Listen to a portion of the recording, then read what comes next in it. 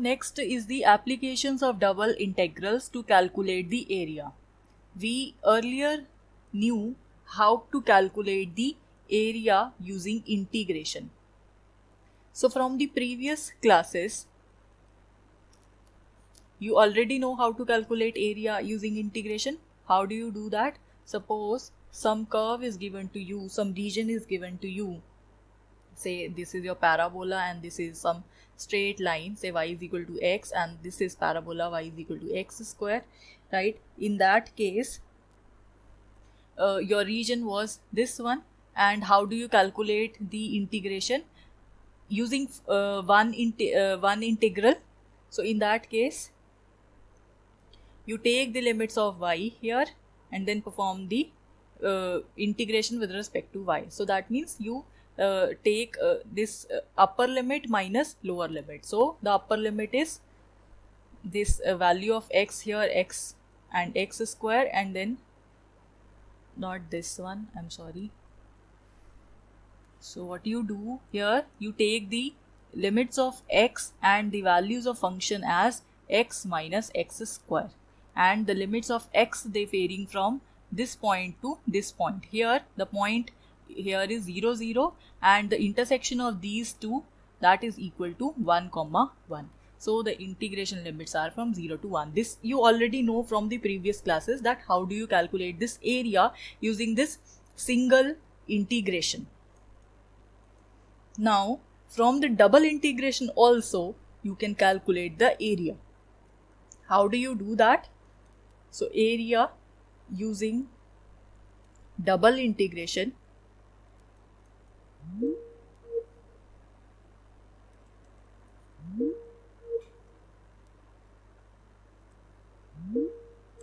so here using double integration, how can we calculate this area? So here you have to see, if you take your function f of xy is equal to 1, then your double integration of the function f of xy with respect to the given limits, say whether you take the limits of x first and y first, it depends upon you. Whatever are the limits, then this quantity, whenever f is equal to 1, this becomes the area of the given region. So this is how you calculate the area which is bounded by the particular region defined using these limits. So for there is one simple example. So we have some question. It says find the area bounded by parabola y is equal to x square and y is equal to x plus 2. So now this is very simple. Now there are two methods to solve this question. The one method that you already know from your class 12th, that how do you solve this? You firstly in the first step we have to draw this, we have to visualize this thing. So we just make the coordinate x's here.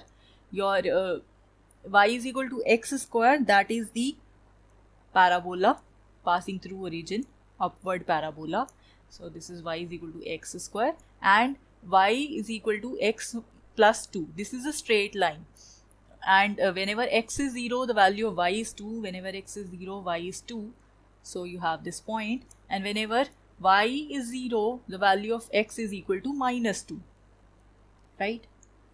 So whenever x is 0, the value here is minus 2. So minus 2 comma 0. So these are the 2 points from which your line passes, right?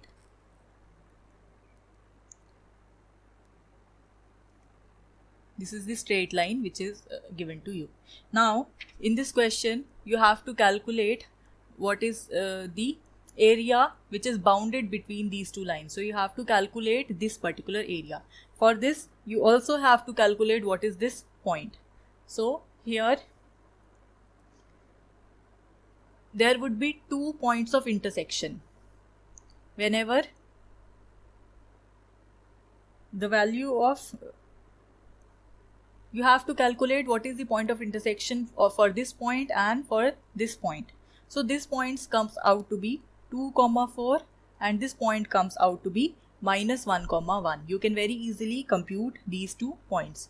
So this line is your y is equal to x plus 2.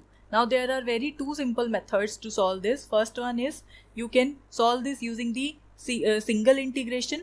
How do you do that? You take the value of the upper curve. What is the value of y here in this upper curve? That is equal to the equation of line. From the equation of line you have the value of y as x plus 2. And from the lower curve, what is the value of y? That is given to be x square dx, and the limits of x that vary from this particular point to this particular point. So your x varies from minus 1 to the point 2, right? So this is how you compute the area in the first case. This you already know. In the second case, what you can do, you can calculate this double integral and dx dy. Now it is up to you whether you wanted to calculate dx dy or you wanted to calculate dy dx. So in either case, it is up to you how you wanted to calculate the area. So let me take this strip, this vertical line over here.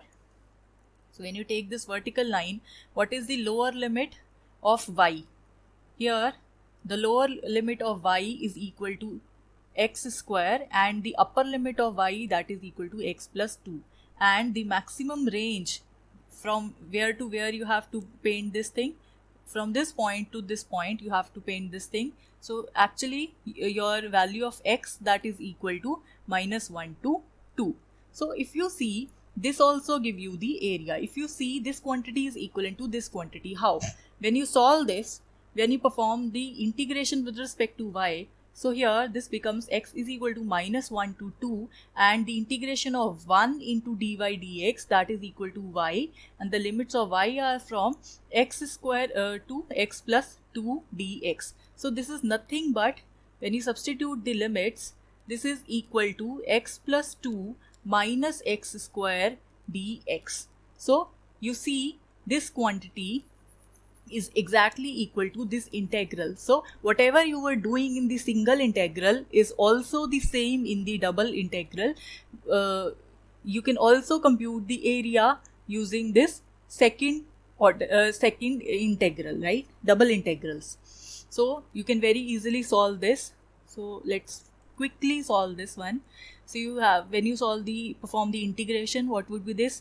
X square by 2 plus 2x minus x cube by 3, and when you substitute the limits minus 1 to 2, your final answer would be, this would be equal to 2 plus 4 minus 8 upon 3, and then minus of 1 by 2 minus 2 plus 1 by 3.